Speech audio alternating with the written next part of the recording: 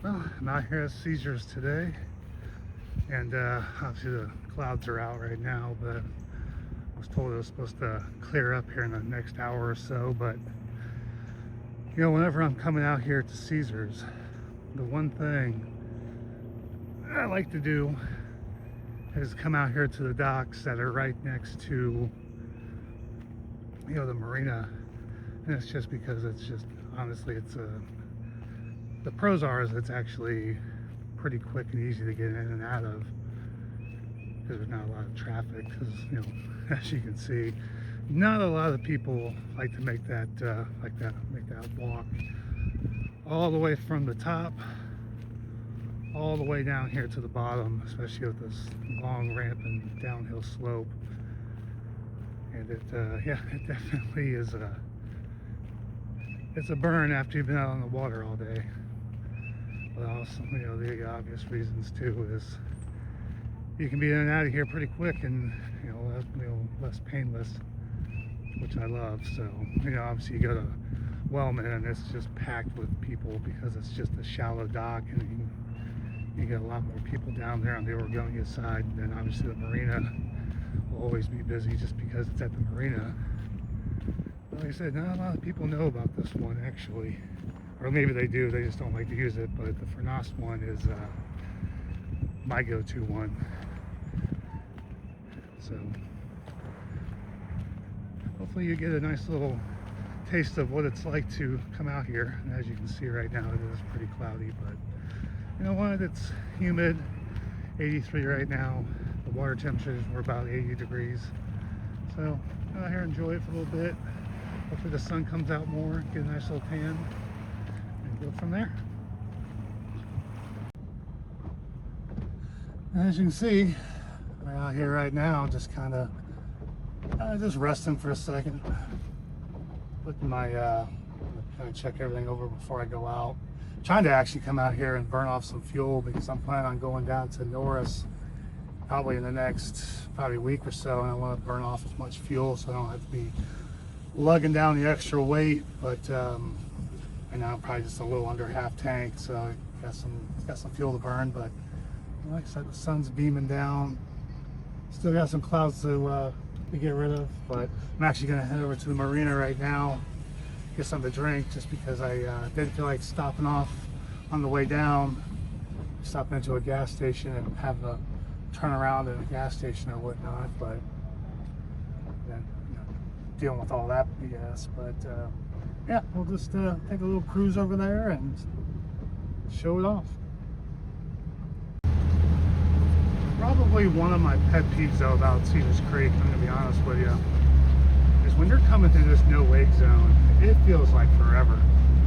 Like, you know, we just pretty much just went to no wake right about now into idle, just a little bit above idle. But you know, when you're coming through here, I kind of wish they would shorten it up, because, you know, it probably takes from one end to the other, time-wise, generally speaking, about what feels like an eternity, but it's probably about, I'd say about 5 minutes roughly to get through. That's end to end, you know, if you're not going above, beyond. But, you know, I get it with the bridge, I get that, because you can see that right now with that. But I kind of wish they would shorten it up to about maybe right about in this general area, this little open up back there, which would shorten it up by about 100 yards, maybe 150 yards. But I mean, there's really nothing you can do about it, because obviously you have the when you get over there, you'll see the marina and then the other docks for all the slips and everything. But yeah, I kind of wish they would shorten this up a little bit, because it does take a long time to get through. Here we are, we're finally getting to the end of this no wake zone. And like I said, honestly, this lake, it probably needs to be shortened up, but obviously with the, as you can see, with the dual view, you can see the marina behind me. But here we're about to take off here, it's probably gonna get a little noisy, but you know, I enjoy the scenery.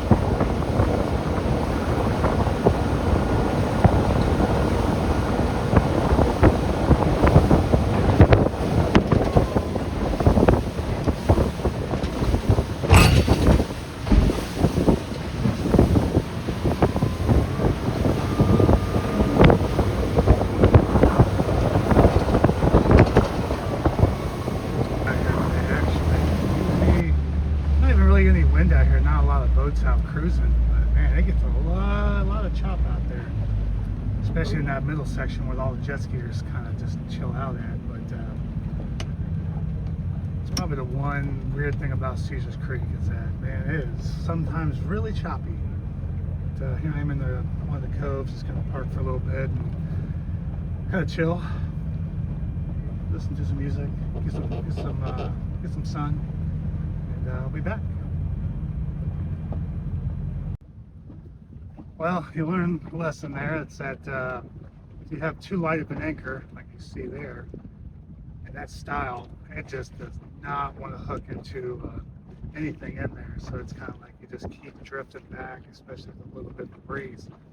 So I'm actually going to go to another cove that's a little bit more protected from everything. It has a little bit more of a softer ground to hook into, maybe some trees. And if I lose it, I lose it. If not, it'll be my second one of the year if I did. So instead, we'll just kind of cruise around. I'll show you the rest of the lake, and you know, after I edit this video, you know, get rid of all the background noise and put a little music in there.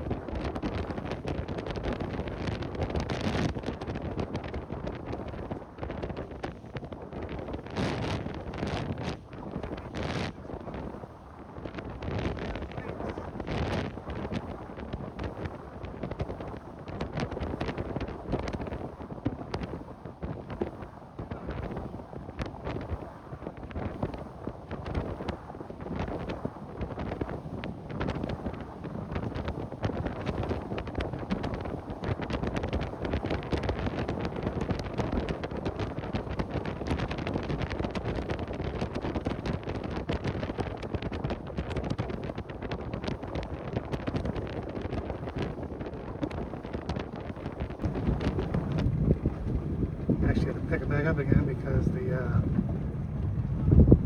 guy behind me, even when you're going through a no wake zone, man, you're literally head on a swivel. Because honestly, there's times when as a boater, been doing this for 5 or 6 years now. Golly, some people just do not pay attention. I don't know what it is. For me right now, I'm doing this with a selfie stick, doing videos, and I'm keeping my head on a swivel most of the time. There was a couple times where I was like watching some of these bigger boats. I'm trying to get away from them, and they just keep like a heat-seeking missile. They keep coming towards me, and I'm like, what the heck is going on out here? If I could warn people right now, that's the one thing you really have to do is be even more, more attention out on the water than it is on a car. Because I swear to you, man, it's like they just hone to you no matter which way you do it. But pick back up here in a few minutes. Hopefully keep my head on a swivel even more. Doesn't look like there's any boats coming through on the other side, but yeah, you just never know. Figured I'd do a little landscape mode and come off the dual view, but yeah, here we are coming back out. Like I said, for some reason, I'm going to be honest with you, on this side of the lake, or what we call the Oregonia side, it's just, I don't really understand why it's calmer. I mean, you still get a lot of wakes just from the other, big boats out here, especially the wakeboard boats and everything, but it's really not as bad. So I'd really like to stay on the side that's still pretty big. Don't have to go far from the lake. And we're going to take off out of here with the whole shot and just enjoy it.